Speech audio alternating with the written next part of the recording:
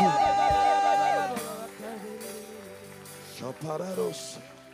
Je vais vous garder avec moi. On reste sur cette mélodie. Est-ce qu'on peut m'aider à célébrer le Seigneur pour la vie de nos pères, les apôtres Ivan et Yves Castaldo?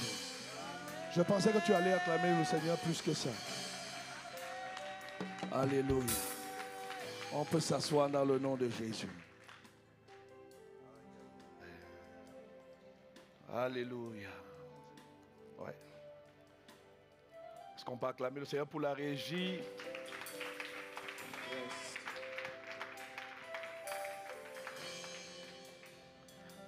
J'ai envie de te prouver l'importance. Vous allez bien? Ça va? Donc, tu vois, s'ils ne sont pas là, il n'y a pas de son. Est-ce qu'on peut m'aider à célébrer le Seigneur pour la régie, pour la sono? Ils font un travail remarquable. Alléluia. Je n'ai pas encore trouvé le titre de mon message ce matin, mais je sais que tu seras béni. Je te préviens, au premier culte, on était moins nombreux, mais on était embrasés. Amen. Ah oui, ah. Tu viens de recevoir une double portion. Aïe, aïe, aïe, aïe, aïe. Donc, suis-moi attentivement. Tu vas comprendre pourquoi on a prié comme ça tout à l'heure. Nous sommes en période des fêtes de fin d'année. Et la période des fêtes de fin d'année est toujours marquée par différentes activités. La gestion du temps en période de fin d'année est toujours, le temps est toujours occupé pour des activités festives, de joie. Je suis sûr que quand je regarde l'agenda du 25 décembre d'une personne ici présente, pas toi, hein, mais ton voisin, mais je suis sûr qu'à 12h30, il a prévu être quelque part, là où il y a des couverts. À 15h, il a prévu quelque part, là encore, il y a des couverts. À 19h, il a prévu être quelque part, là encore, il y a des couverts. Ce n'est pas toi, mais c'est ton voisin. Amen. Donc, je suis certain que quand je regarde l'agenda, le programme, l'emploi du temps de quelqu'un connecté au son de ma voix, c'est seulement, je me demande si le 25 décembre, tu vas prier. Et je vais même loin en fait. Je me demande si depuis que la ville est décorée avec... Il n'y a personne ici qui aime Noël comme moi, je te garantis. Je te dis là, il n'y a personne. Nobody. Je suis un évangéliste de Noël. Alléluia. Tu es trop sérieux ce matin. Fais... Voilà. Fais guilic. Voilà, Voilà. Amen. Non, je suis sûr que quand on regarde les décorations, la mairie qui décore, tout est beau. On a l'impression d'être dans Alice au pays des merveilles. La ville est belle. Les gens sont contents, les gens sont joyeux. Bon, il n'y a que les banquiers qui ne sont pas très contents. Et ils ne changent pas. Ma femme est banquière, elle sourit. Ils ne changent pas. C'est compliqué. Dans les supermarchés, tu peux aller, tu peux prendre une bouteille de jus, tu bois, on va dire, bon, c'est la fête. Mais en banque, tu ne peux pas sortir avec 10 € comme ça. Donc, les banquiers ont gardé une nature, une attitude. Ils ont cette constance sur l'année, en fait. Tout au contraire, les banquiers, en période de fête de fin d'année, ils sont plus vigilants. Vous savez pourquoi? Parce qu'ils savent qu'il y aura beaucoup de truands. Il y aura beaucoup de personnes, d'hommes et de femmes, avec des idées bizarres, qui vont chercher à dérober, à voler, qui vont chercher à braquer. Est-ce qu'on est ensemble?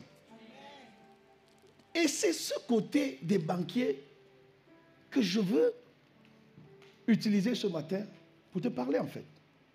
Parce que toutes les banques vont renforcer leur sécurité dans la fête de fin d'année. Est-ce qu'on est ensemble? Et même au niveau du gouvernement, au niveau du ministère de l'Intérieur, on sait que le 31 décembre, des voitures vont vouloir être brûlées, il y aura de la casse et tout. Donc là aussi, ils commencent à être vigilants. Ils commencent à anticiper, commencent à prendre des précautions en fait. Mais il y a toujours quelques malins qui ont intérêt à faire brûler le... Ah, j'ai rien dit, on ne va pas là-bas. J'ai rien dit. Et nous voulons influencer. Vous n'êtes pas prêts, hein? Ils ne sont pas là pour décorer. Seigneur, Seigneur, souffle sur ton église, une onction nouvelle. J'aurais pu faire carrière à l'opéra, c'est certain. C'est sûr. Acclame Jésus. Amen. Donc, dans les fins d'année, le jour du Nouvel An, la veille du Nouvel An, le 31, le mois de décembre en particulier, moi j'ai une question à te poser ce matin. Comment tu utilises ton temps? Comment tu organises ton temps? Est-ce que dans ton organisation, tu fais comme les banquiers? Les banquiers, eux, ils ont du temps dédié pour la sécurité des coffres-forts, des comptes, des éléments qu'ils ont. Est-ce que toi, pendant cette période de fête de fin d'année, tu vas te laisser emporter, distraire, au point de ne pas mettre la sécurité sur ta vie de prière?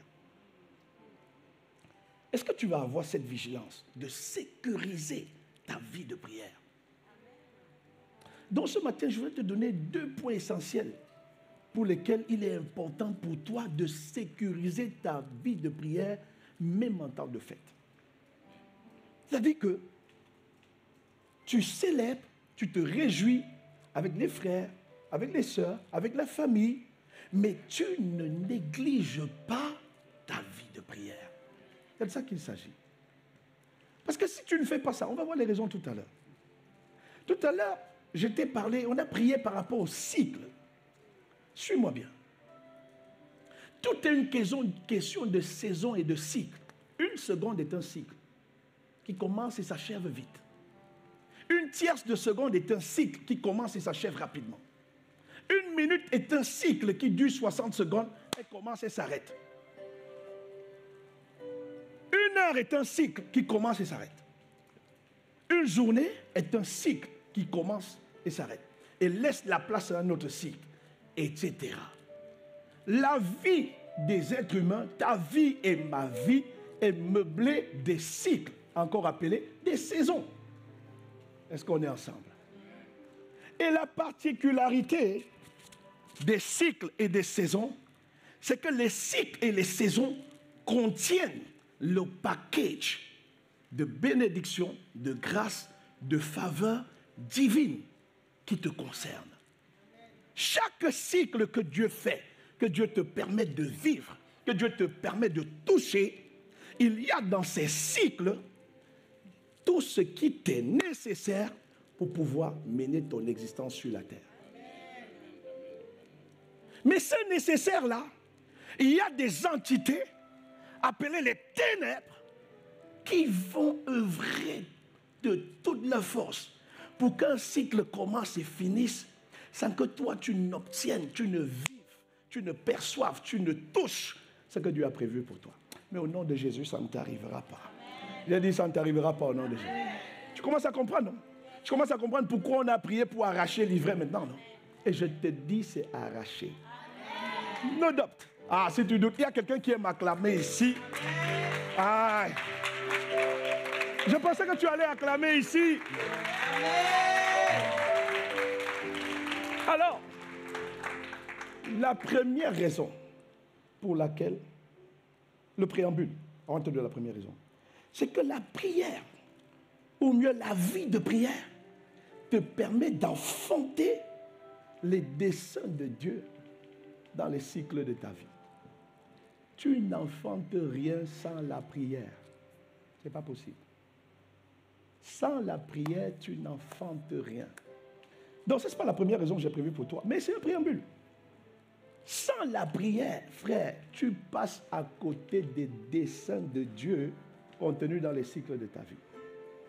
Donc, une fois que j'ai dit ça, la première raison pour laquelle ne cesse pas de prier en temps de fête, c'est parce que cesser de prier retarde la justice divine dans ta vie. Il y a dans le livre de Luc au chapitre 18 une histoire de la vie de Jésus avec ses disciples. Et Jésus marche avec des gars qui lui ont dit, au siècle, il y a de cela 2000 siècles, il était sur la terre avec eux, Et quelques mois avant, il s'était venu le voir, il avait dit, Maître, apprends-nous à prier. Et en Matthieu, chapitre 6, chapitre 7, Jésus leur apprend à prier. Je lui dis, lorsque vous priez, dites votre Père qui est dans les cieux, etc., etc. Est-ce qu'on est ensemble? Donc, il y a de cela quelques temps auparavant, les apôtres avaient vu Jésus, ils avaient admiré, apprécié, valorisé, contemplé la vie de prière du Seigneur. Ils lui avaient dit, ah, nous on veut prier comme toi. Et comme Jésus is a good master, c'est un bon maître, c'est un bon leader qui prend plaisir à présenter ses secrets, à montrer ses secrets, il n'a pas caché. Mais sauf que l'enseignement sur la prière, c'est quelque chose de continu. On apprend tous les jours. Donc à un moment donné, Jésus va les regarder, il va leur dire, je vous avais déjà appris à prier, maintenant je vais vous donner la sagesse de pourquoi il faut prier et ne jamais se relâcher. Autrement dit, Jésus leur dit, les gars, pour vivre sur la terre où je vous ai envoyé, si vous ne priez pas, vous n'aurez pas la justice de Dieu. C'est exactement ça que Jésus leur dit en Luc 18:1. La Bible dit, pour montrer qu'il est nécessaire de prier constamment, sans jamais se décourager. D'autres versions disent, sans jamais se relâcher. Sans jamais. Jésus dit, pour montrer, pour expliquer. Et Jésus va prendre un juge unique, l'exemple d'un juge unique. Et bien aimé, ce juge unique est la projection, est la représentation des personnes qui sont en autorité dans la ville où tu vis, dans le pays où tu vis, mais ne sont pas animés de la crainte de Dieu. Mais ils sont là, ils exercent un pouvoir. Ils ont un pouvoir sur ta destinée. Ils ont un pouvoir sur ton histoire. Est-ce que quelqu'un voit de quoi je parle? Tu es dans une ville. Tu n'es pas l'autorité de la ville. Reste sur le champ champion, s'il te plaît. Tu es dans cette ville, tu subis les décisions des autorités. Et parfois, ces décisions sont contre toi. Parfois, tu es victime des injustices. Est-ce qu'on est ensemble? Et il y a toujours deux dimensions qui opèrent là où on vit. La dimension spirituelle et la dimension naturelle. Et le plus souvent, les autorités dans le monde spirituel exercent leur jugement.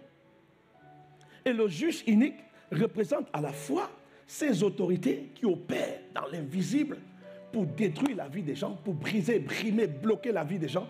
Il représente à la fois certaines autorités dans le monde naturel qui sont pleines d'orgueil, qui sont pleines de fierté et qui n'ont d'égard pour personne.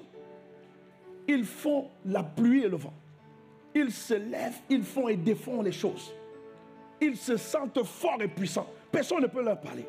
Et en plus, ils ont l'autorité. Ils sont capables de dire, virez tel, on le vire. Ils sont capables de dire, lui, allez, mettez-le au cachot, on le met au cachot. Mais toi, tu es là. Jésus dit, il y a une clé majeure pour vivre dans ce type d'atmosphère.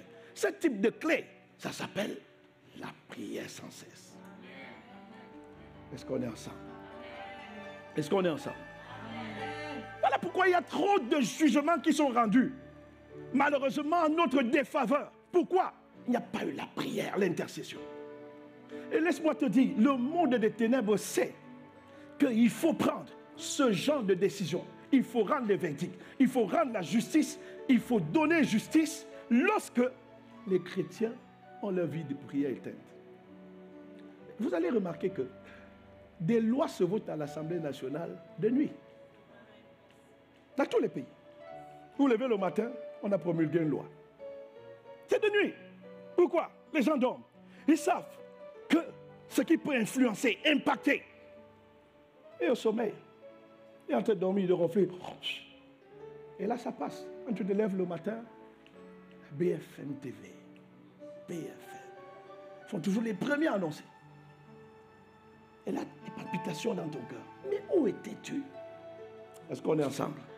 Tu avais moi dit, je suis avec toi. Et si tu es béni, acclame Jésus. Alors tu vois, en fait, j'ai envie de te prouver que il faut que tu pries, même en temps de fête. Tout le temps. Jésus a dit de prier sans jamais se relâcher. Parce que tu vois, si tu ne pries pas, tu empêches Dieu de venir exercer la justice. Parce que à Luc, toujours 18, le verset 7, mais Pouvez-vous supposer que Dieu ne défendra pas le droit de ceux qu'il a choisis et qui crient à lui jour et nuit? Et Jésus va dire, il leur fera justice promptement. Mais Jésus va finir en disant, mais quand le Fils de l'homme viendra, trouvera-t-il la foi sur la terre?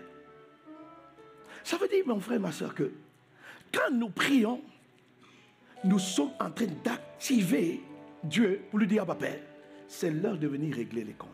C'est l'heure de venir rendre justice. C'est l'heure de venir faire du bien à ton peuple. Est-ce qu'on est ensemble?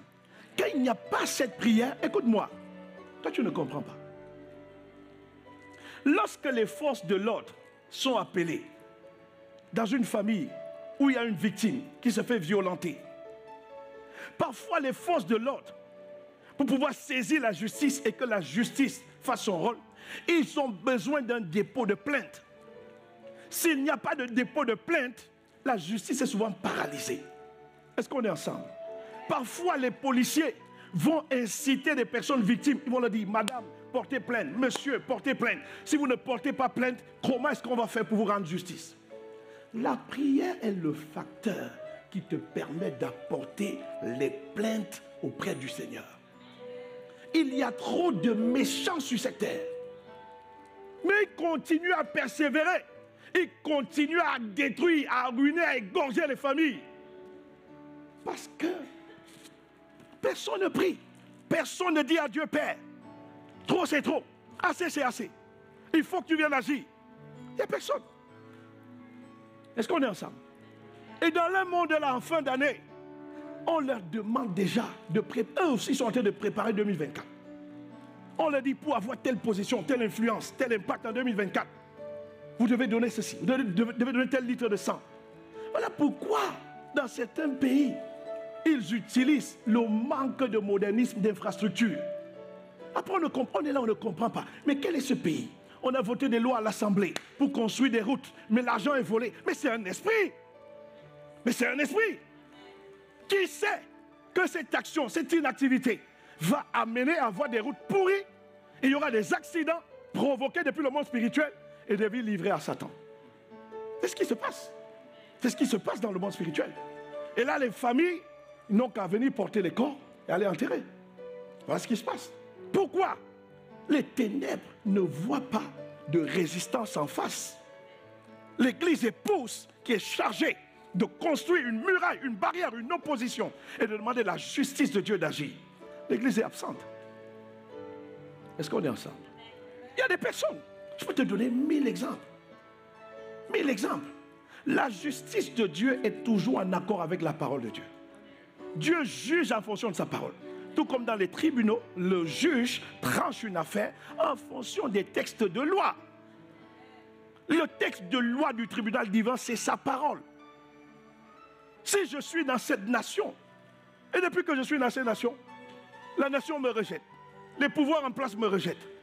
Frère, celui qui t'a conduit ici a dit, tout lieu que la plante de tes pieds foule, t'est donné en possession. Ça, c'est la justice de Dieu. Et là, même si les instances gouvernementales te disent no way, barré, fermé, tu te tiens, tu dis, ah bah Père, ce cycle est en train de finir. Je ne peux pas finir ce cycle dans le même statut. Alors je demande ta justice, applique ta parole. Mais si tu ne pries pas, tu fais comment? Tu vas rentrer dans un nouveau cycle avec des infirmités. C'est le cas pour la maladie. Il dit qu'il est le Dieu qui guérit toute maladie. Toute maladie. Je guéris toute maladie. C'est sa justice. La justice de Dieu est de rendre l'affliction à ceux qui nous affligent. Si la maladie vient m'affliger, Dieu est en droit d'affliger la maladie. Ah, je n'ai pas entendu ton amen. Toute maladie n'est pas naturelle. Non, toute maladie n'est pas naturelle. C'est pas vrai. Alors 2023, une flèche m'a touché. Si je ne prie pas, pourquoi je vais commencer 2024 limité? Et dire, ah bah Père, non. Selon les textes de loi en vigueur dans le royaume de Dieu, il est écrit, Psaume 103, que tu arraches de la tombe et tu guéris toute maladie. Alors je demande la justice divine. Et ça, c'est dans la prière. Est-ce qu'on est ensemble? Malheureusement, observez, Combien quitteront la terre parce que nous n'avons pas été là pour dire Seigneur. Il y a des gens qui sont couchés sur des lits d'hôpitaux. L'esprit de mort rôde. Mais nous nous décrétons et déclarons que dans le nom de Jésus, tu es le Dieu qui a dit on va renvoyer libres les captifs. Alors nous nous tenons et nous commandons au nom de Jésus que les captifs soient libérés. Tous ceux qui sont captifs de l'esprit de mort, qu'ils soient libérés au nom de Jésus. Lève tes mains au nom de Jésus. Je décrète et déclare, là où l'esprit de mort rôdait autour de toi et autour de ta famille, je me tiens en intercession sous le sang de Jésus, sous le manteau apostolique de cette famille, et je commande au nom de Jésus que tout esprit de mort dégage et va dans les abîmes profonds. Donne un amen comme le tonnerre. Alléluia. Acclame sérieusement le nom de Jésus.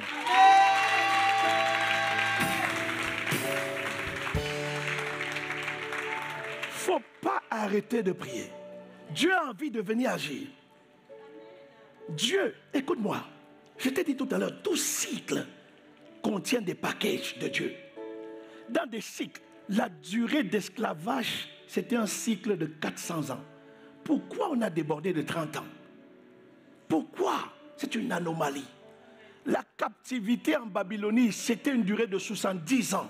Heureusement que là, Daniel est allé lire le livre du Prouleau, le prophète, Jérémie Osaïe, Jérémie certainement. Et il a compris que, ah non, on n'a plus le droit de rester esclave ici, captif ici. On doit être libéré. 21 jours de jeûne. Et là, l'empereur a promulgué, allez, libérez-les, ils doivent partir. Pourquoi? Parce que c'était prévu dans le temps de Dieu que ça doit s'arrêter. Lève ta main au nom de Jésus. Tout ce que Dieu a prévu qui doit s'arrêter en 2023, appelé ivraie. Je commande au nom de Jésus que ça quitte ta vie maintenant. Au nom de Jésus. Yes. Le chômage là, ça quitte ta vie au nom de Jésus. Quelle histoire ça. Le deuxième point. Est-ce que tu as compris le premier point? Quand tu pries, la main de Dieu agit. La main de Dieu agit. La main de Dieu agit. Et prier là, c'est le mot crier. Hein? Attention. Hein? C'est pas Seigneur, s'il te plaît, fais. Ah non, c'est pas ça. C'est pas ça. Ah, c'est calme, voilà. C'est le mot calme. I cry out to you, Father. Ah, je demande que tu agisses. Amen. C'est ça crier à Dieu. C'est pas Seigneur, s'il te plaît, mon voisin me persécute. S'il te plaît, viens. Ah non, Dieu n'attend pas les plaintes comme ça. Dieu entend les cris. Les cris à mon Père. Viens de la justice. Ne les laisse pas prospérer. Et écoute, il n'y a personne. Si tu es sous mon autorité, ce n'est pas l'orgueil. Hein? Il n'y a personne qui va aller faire les joujou, les cailloux et qui dit qu'il va emporter ta vie. Amen. Ça n'arrivera pas. C'est lui qui va mourir au nom de Jésus. Lui-même va mourir au nom de Jésus. Il y a un jour, tu sais, il y a des gens qu'il ne faut pas tenter. Hein? Et un jour, j'ai pris ma femme. J'ai la conviction de te partager ce témoignage. Il y a des gens, je te dis qu'il y a des gens que Dieu veut juger. Dieu cherchait comment juger Nabal. Dieu cherchait comment juger cet homme et sa méchanceté. Dieu cherchait. Et quand il a eu la folie de s'attaquer à David, le lendemain, il a quitté la terre. Je déclare que tous ceux qui attaquent ta vie, Dieu va les juger. 24 heures. Au nom de Jésus. Donne un amen comme le tonnerre. Et un jour, je suis allé saluer une camarade d'enfance. Une amie d'enfance. J'ai pris ma famille, ma femme, mes enfants, on est allé saluer. Son mari, c'est bizarre l'histoire là. Mais j'ai la conviction de te parler de ça. On était partis de Dijon. C'est ça, hein, chérie? Ah, ma femme ne veut pas que je parle de ça. Comme je suis soumis, obéissant. Hein, acclame Jésus pour moi. Non, mais c'est bizarre. C'est bon. Je suis soumis. Hein? Les hommes, vous copiez mon image. Hein? Amen. Acclame Jésus. Non, en fait, il faut que tu réalises qui tu es. Tu dois réaliser qui tu es. Il y a des gens, ne les touche pas. Et tu fais partie des intouchables, non de Jésus. Et la prière contribue à activer ton intouchabilité. Dieu dit, lui, là, ne le touche pas. Si tu le touches, je vais te juger. C'est ça en fait. Et donc, plus tu pries, plus tu deviens un instrument de jugement ambulant en fait. Tu vois aussi. Je te vois marcher dans cette dimension au nom de Jésus. L'autre deuxième raison pour laquelle tu ne dois pas arrêter de prier. Parce qu'arrêter de prier, ça favorise les activités des ténèbres. Quand il n'y a pas les lumières, il y a les ténèbres. Plus toi et moi on prie, on occupe l'espace, plus la lumière règne et rayonne. Laisse-moi je reviens sur cette histoire de cycle. Comprends-moi très bien. Je finis par ça. Suis-moi bien. Tout cycle, je t'ai dit, les jours sont des cycles. Par exemple, la semaine, tu fais bien. Écoutez-moi bien. Je l'ai déjà dit, je le redis encore. Quand une semaine commence, Dieu s'est arrangé pour que nous lui offrons les prémices de la semaine. C'est pour ça qu'il dit que le jour du sabbat, Ésaïe 66, chaque chair viendra se prosterner devant lui. En fait, Dieu est en train de te pousser à venir consacrer le reste de la semaine, à venir consacrer le cycle de la semaine. La manière avec laquelle tu commences, tu débutes un cycle est fondamental pour la suite. Quand tu commences ta semaine dans la présence de Dieu, écoute-moi, même si courant de la semaine, tu as des difficultés, tu as des problématiques, ce que tu ne réalises pas, ce que tu ne sais pas, c'est que le niveau de problématiques, de difficultés qui est arrivé chez toi, à toi, ça a été divisé au moins par 10 000 en raison rien que du fait que tu es arrivé dans la présence de Dieu et Dieu a opéré de telle enseigne que tu puisses supporter cette charge-là. Quelqu'un me suit ou pas? Tout est planifié dans le monde des ténèbres. Et dans le monde de Dieu, tout est planifié. Cette semaine, le diable sait, j'attends telle quantité de litres de sang. En Afrique, en Russie. Le diable, il est planificateur. Il sait. Je veux tel nombre d'accidents là-bas. Je veux faire tel nombre de crashs. Je veux ceci. C'est comme ça qu'il fonctionne. C'est comme ça qu'il fonctionne. Dans telle ville, il va aller parler. Allez, les terroristes, vous êtes où? Allez là-bas, allez vous exploser. Allez, prenez tel métro, vous explosez. Et toi, quand tu as commencé ta semaine, bizarrement, la voix te dit, ne prends pas le train aujourd'hui. Ne prends pas tel transport aujourd'hui. Prends plutôt tel chemin. Va. Voilà pourquoi il dit, je t'instruirai. Je te montrerai la voie que tu dois suivre. La terre dans laquelle on vit, je t'ai dit, elle n'est pas qu'occupée par toi. Les ténèbres sont là. La Bible dit, le monde entier est sous la puissance du malin. Et donc, le malin, sa stratégie, c'est de toujours opérer en début de cycle. Suis avec moi. Matthieu 13, verset 25.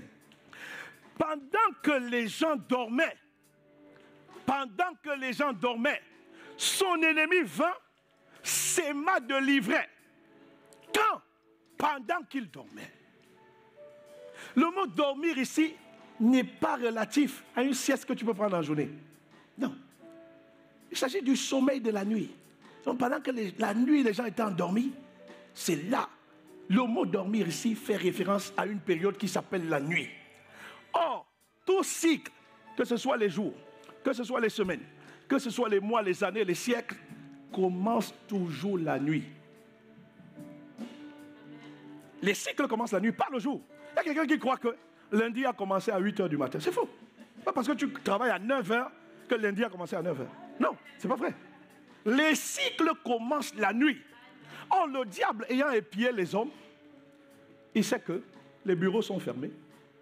Il sait que les lumières sont éteintes dans les maisons. Il sait que tu arrives même au séjour, tout est vide. Les gens sont où? Chambre à coucher. Il peut même aller à la cuisine, il se sert, il mange. Il n'y a personne là. Il sait que vous êtes dans la nuit, dans la chambre, en train de dormir, ronfler. Et c'est pendant que les gens dorment que le diable vient s'aimer l'ivraie. Alors le mot dormir, pour ton information, c'est le mot kateudo. Kateudo signifie que pendant que les gens étaient paresseux, pendant que les gens sont indifférents à leur salut. Le mot salut, ce n'est pas que tu es sauvé, tu vas au ciel. Non, pas que ça. Quand j'ai donné ma vie à Jésus, je suis sauvé. Mais le mot salut, c'est le mot sauver. Sauver de la maladie, sauver d'un accident, sauver d'une attaque. Est-ce que quelqu'un me suit? Donc pendant que les gens sont indifférents à leur salut, ça dit qu'on te dit attention, fais attention à tel, fais attention à ceci, fais attention à cette décision. Toi, tu es indifférent à ça. Pendant ce moment-là, le diable vient et il sème. Est-ce qu'on me suit? Sur le plan métaphysique, sur le plan naturel aussi maintenant, la période propice à l'ennemi, c'est la période de début de cycle, la nuit. Tout commence la nuit. Genèse chapitre 1, au verset 13. Ainsi il y eut un soir et il y eut un matin. C'est d'abord le soir et ensuite le matin. D'abord le, ensuite le. Quelqu'un me suit ou pas? Et le mot soir, c'est le mot Ereb, qui veut dire la nuit. Pendant la nuit, pendant que tu dors, en ce début de cycle, lundi commence la nuit, à partir de minuit. C'est là où l'ennemi travaille, opère. Nous sommes à la nuit de 2024, là maintenant. Quelqu'un me suit ou pas? Amen. Nous sommes là à la nuit de 2024. Le jour de 2024, ce sera le premier à 6 h du matin. Mais 6 h, c'est déjà le jour. Mais la nuit, est-ce que tu occupes la nuit? Est-ce que tes prières occupent la nuit? That's the question. Quelqu'un me suit ou pas? Oh, c'est pendant la nuit que le diable vient s'aimer l'ivraie. Et je vais t'expliquer ce que c'est que l'ivraie. Tu vas comprendre pourquoi il fallait arracher l'ivraie maintenant. Et je te dis, c'est arraché au nom de Jésus. Amen. Oh, donne un amen comme le tonnerre. Amen. Tu dois, frère, écoute-moi, tu dois contrôler les cycles de nuit. Amen. Voilà pourquoi toi et moi, nous devons devenir des hommes et des femmes de prière de nuit. Prier de nuit. Pasteur Ivan n'arrête pas de le dire. Pasteur Ghislain n'arrête pas de le dire. On n'arrête pas de le dire. Parce que la nuit, il y a une activité très forte des ténèbres. C'est là le moment favorable. Est-ce qu'on me suit? Amen. Et qu'est-ce qu'il sème donc? Il sème l'ivraie. L'ivraie, ça vient d'un mot grec qui s'appelle zizanion. Et la particularité de l'ivraie, c'est que tu ne peux pas l'arracher n'importe comment. Non. C'est pas moi qui dis, c'est la Bible. Une fois que l'ivraie est sémée, et en Matthieu 13, regarde ce que Jésus dit, en Matthieu 13, verset 38, parce que les disciples ont lui dit, explique-nous cette affaire d'ivraie. Jésus dit, le champ, c'est le monde. La bonne sémence, c'est-à-dire celle qui est dans ton cœur, la sémence de la prière, de l'adoration, de la louange, de faire du bien aux gens, de la diligence, ça c'est les bonnes sémences. Jésus dit, ce sont les fils du royaume, la sémence de pardonner à ceux qui t'ont offensé. L'ivraie, zizanion, ce sont les fils du malin. L'ivraie, c'est l'ensemble de ce qui appartient au diable. Et le diable sème ça la nuit. Et après, on va dire à Jésus, mais Jésus, c'est simple, arrachons l'ivraie. Jésus va dire, on n'arrache pas l'ivraie n'importe comment. Regarde ce que Jésus dit en Matthieu 13, 30. Laissez croître ensemble, l'un et l'autre, jusqu'à la moisson. Et à l'époque de la moisson, je dirais au moissonneur, arrachez d'abord l'ivraie, liez-la en gerbes pour la brûler, mais amassez le blé dans mon grenier. Alors Jésus, pourquoi il faut les laisser croître ensemble?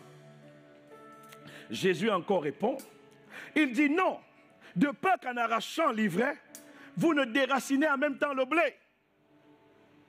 Quelqu'un me suit? Pour enlever l'ivraie, c'est compliqué.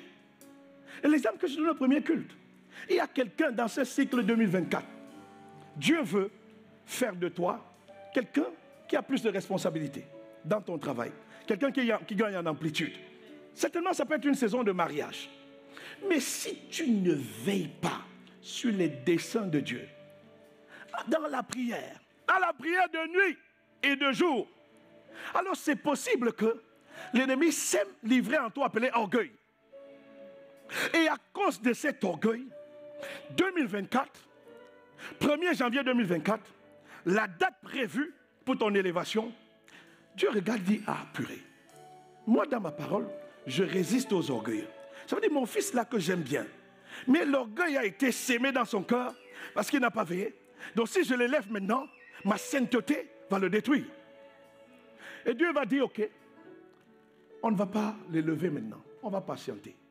Le temps de traiter l'orgueil avec lui. Parce que si on arrache l'orgueil là maintenant, ça peut amener la dépression. Parce qu'il ne va pas comprendre en fait. Donc Dieu va dire, on va travailler avec lui. On va faire des enseignements sur l'humilité, la grâce de l'humilité. Pourquoi? Et ça crée une frustration, un retard. Et tu dis, non mais Seigneur, tu m'avais dit au 1er janvier. Mais qu'est-ce qui est arrivé? Pendant que tu dormais la nuit, l'ivraie a été sémé. Et l'ivraie ne s'arrache pas n'importe comment. Parce que Dieu ne veut pas te détruire. Dieu va donc prendre du temps pour travailler, pour traiter, jusqu'au temps favorable. Mais en vérité, la date prévisionnelle ne sera pas la date effective. Alors qu'il faut que la date prévisionnelle soit la date effective. Quelqu'un me suit ou pas? Voilà pourquoi il ne faut même pas accepter que l'ivraie, c'est-à-dire les fils du malin, soient plantés dans nos cœurs. Et comment on fait ça? Deviens un homme et une femme de prière, de nuit et de jour. Que Dieu te bénisse. On va prier. Seigneur, souffle sur ton église. Une onction nouvelle. Chapari Marie. Seigneur, souffle sur ton église. L'onction de prière.